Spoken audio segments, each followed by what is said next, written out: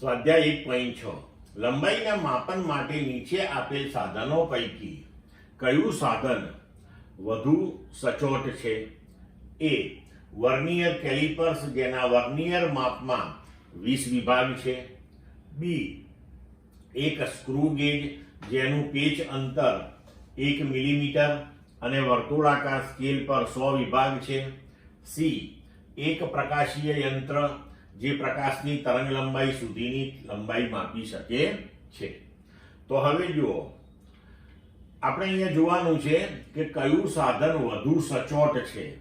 તો જે સાધન લઘુત્તમ માપ સારામાં સારી રીતે માપી શકતું હોય, એટલે કે આ ત્રણેયમાંથી જેની લઘુત્તમ માપ શક્તિ સૌથી સારી હોય એને આપણે સારામાં સારું યંત્ર કહી શકીએ.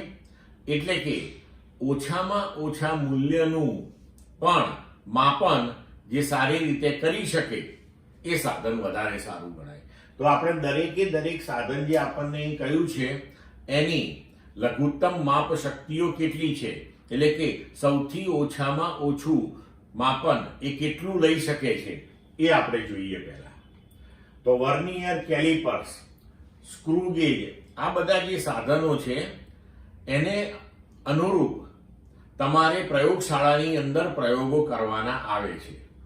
એટલે આ સાધનોનો ઉપયોગ કરીને તમે વાસ્તવિક રીતે પ્રયોગશાળામાં માપનો લેવાના છો, કારણ કે આ તમારા સિલેબસમાં છે.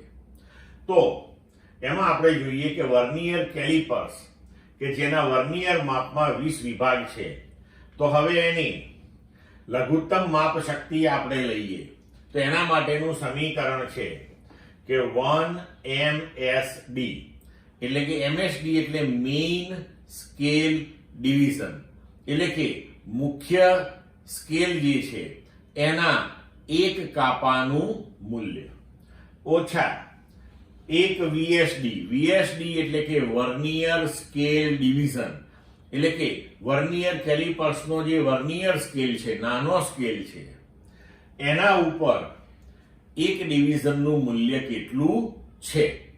હવે 1MSD અને અહીંયા આપણને કહેલું છે કે વર્નિયર કેલિપર્સના વર્નિયર માપમાં 20 વિભાગ છે, તો એક વિભાગનું મૂલ્ય થઈ ગયું 19/20.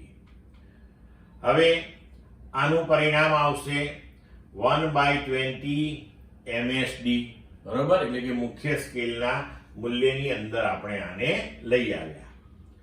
તો હવે મુખ્ય સ્કેલના એક કાપાનું મૂલ્ય એ મિલીમીટરમાં હોય છે વર્નિયર કેલિપર્સ ઉપર, અને તમે પ્રયોગશાળામાં જોશો એટલે તમને ખ્યાલ આવી જ જશે.